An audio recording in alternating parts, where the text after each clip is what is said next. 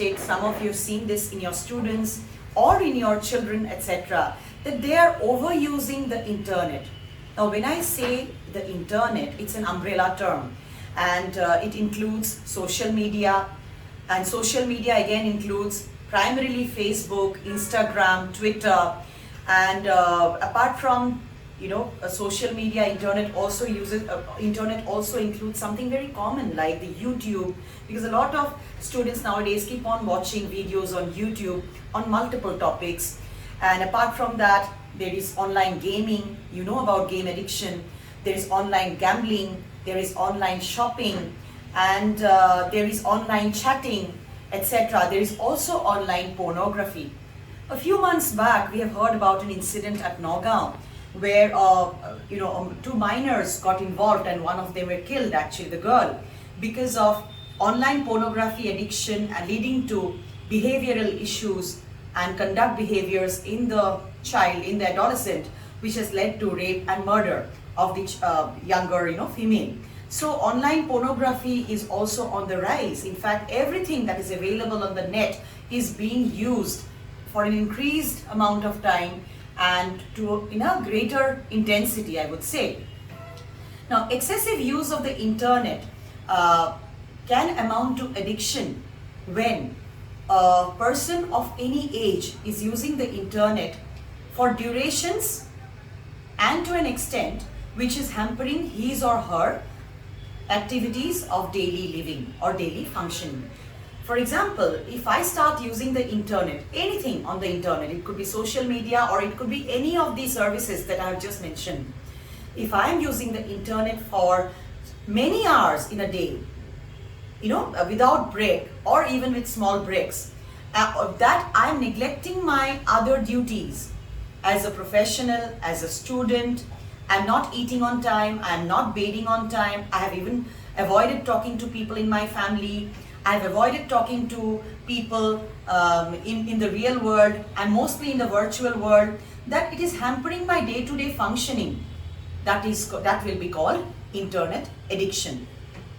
Internet addiction has not been called a disorder till now in the Diagnostic and Statistical Manual, which is a system of classification in the United States of America. In America, it is still not called a disorder.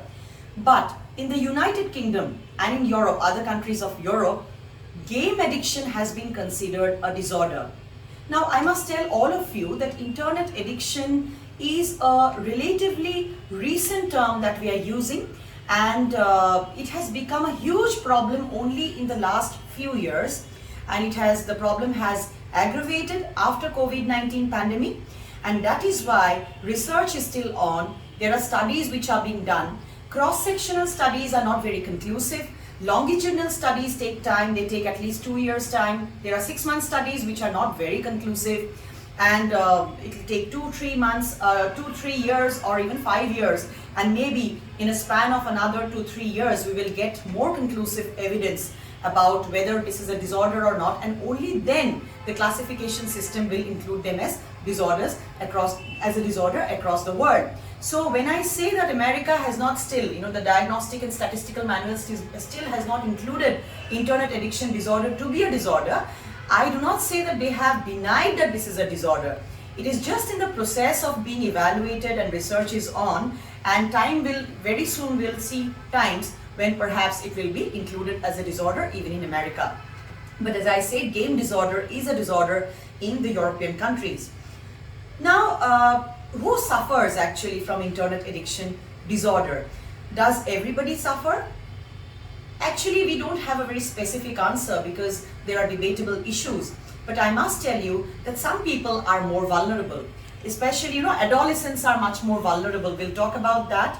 And people who have some mental issues, like they're suffering from anxiety, they're suffering from depression, or they're suffering from loneliness, low self-esteem, they're much more prone to develop internet addiction disorder. People with personality disorders too. When I said adolescents are much more prone to develop internet addiction disorders, it is because of their age, number one, because at this age they're very curious about new things. Now, they want to know what is available on the net. Like earlier, when before the internet was so common, or even before we knew about the internet, what did an adolescent do? For a boy, adolescent boy, he would try to smoke a cigarette and see what it feels like.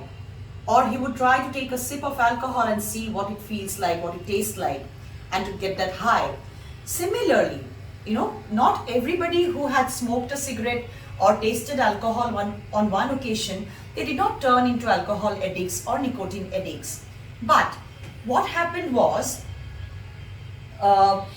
soon after, some of them, continued with that habit. They became social drinkers, and some of them had their own personal issues or their personality issues, and some of them also became addicts. Similarly, in internet addiction disorder also, during addiction, there is a curiosity for new things, so they want to know what is available on the net.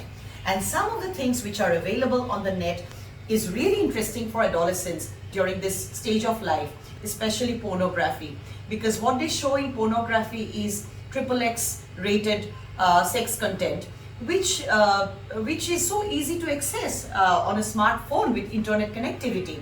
So they are curious about it. They're curious about the games. They're curious about a lot of information that they get on Google these days. So some of them, they become addicted to collecting information about a particular subject, which can also become a disorder, a kind of obsession, and a kind of compulsive behavior.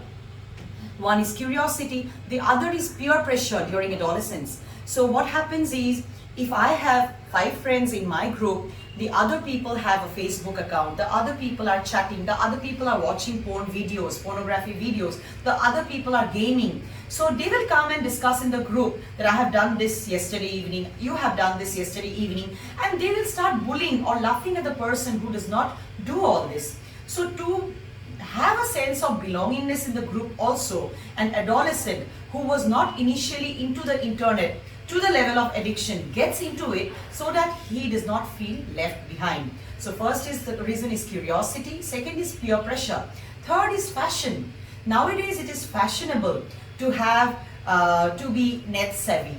You have to be technically equipped, and you have to be internet savvy to be able to call yourself modern, and nobody likes to be left out. So the third is fashion. The fourth is, during adolescence, the fourth reason why they are more vulnerable to develop internet addiction. During adolescence, a lot of issues come up. They're trying to cope with their own adolescence issues, the hormonal issues, the physical changes, the emotional changes, the stress related to adolescence, or the stress related to career issues, the stress related to new relationship issues, because they start getting into relationships, boy-girl attraction starts, and the relationships these days, as you know, are not simple, they're complex. So these kind of issues come up, and because of this, they go through a lot of stress. And internet seems to be a very easy escape route for these adolescents and teenagers to forget their stress, to reduce their stress, and to distract themselves into something in the virtual world, but something more pleasant. So that is, the stress is also there. And the other reason why adolescents and teenagers are more vulnerable is because of role models.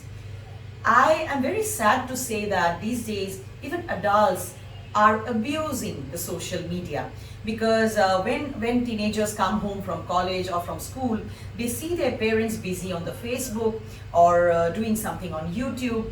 Well, it is not wrong to do that, but do these parents actually spend time with their children talking about how the day went, or what's happening in their lives, etc.?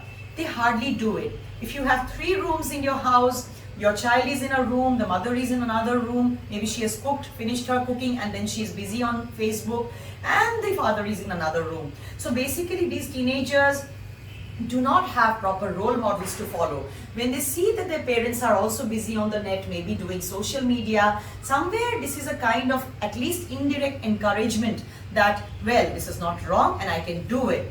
The other reason why they do it, why they are so vulnerable, is because they're not completely aware of the disadvantages and the negative outcomes of using the internet excessively, because awareness building is still not adequate. And today that we are doing this program, I'm sure we are also building awareness, because when I talk to you, you're going to talk to many more people when you leave this session, or when you go back home, or in your college, at your residence. in your neighborhood, etc. That's how we build awareness and we spread awareness. So till date, awareness is not a lot, we can't say awareness is up to the mark so far as internet addiction is concerned. As a result of this, they start using and abusing the net without knowing the disastrous consequences that they might have to face in the future. So all these reasons combine internet addiction and abuse